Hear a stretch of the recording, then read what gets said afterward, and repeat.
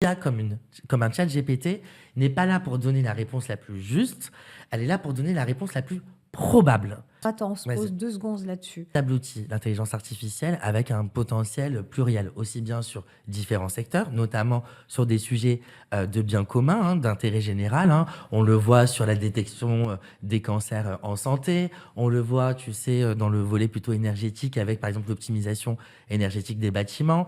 On peut le voir aussi sur l'inégalité des chances avec de la formation et presque d'augmenter, nous, ce que l'on réalise en tant qu'humains.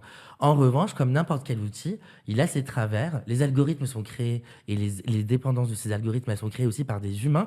Ça charge à nous de savoir qu'est-ce qu'on en fait et quels sont aussi ces garde-fous qu'on va mettre en place pour que ça soit bénéfique pour la société. Effectivement, moi, j'ai quelques craintes sur l'intelligence artificielle, et qui est pourtant, comme tu l'as dit, mon domaine d'expertise. Que pour les associations, elles ont plus à gagner à l'utiliser que les grands groupes. Pourquoi? Parce que l'IA, elle permet des réductions de coûts. Si demain vous savez, L'IA répond assez l'IA rapidement. permet de démocratiser, surtout au vu de technologiquement, il y a quelques années, elle était plus complexe et donc plus chère et donc que dédiée aux grands groupes. Aujourd'hui, on le voit sur des abonnements de ChatGPT, Gamma ou autres, les abonnements sont à des budgets accessibles. Donc, on peut utiliser cette opportunité de l'IA démocratisée et donc au service aussi de ceux qui en ont moins. Moi, j'ai tendance à dire, et j'espère que d'ailleurs ce sera un des messages qu'on retiendra sur cette partie intelligence artificielle, l'IA comme un chat GPT n'est pas là pour donner la réponse la plus juste, elle est là pour donner la réponse la plus probable.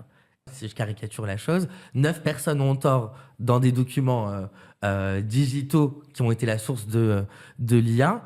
Et elle va me ressortir cette réponse la plus probable des 9 sur 10 qui ont tort. Donc là, il y a ce paradoxe-là de se dire qu'une IA permet de travailler sur de la masse, mais qu'il va falloir sur certains sujets, notamment les plus sensibles, avoir un rôle de supervision et qu'un humain puisse rajouter cette validation. Aujourd'hui, on n'en est pas encore là.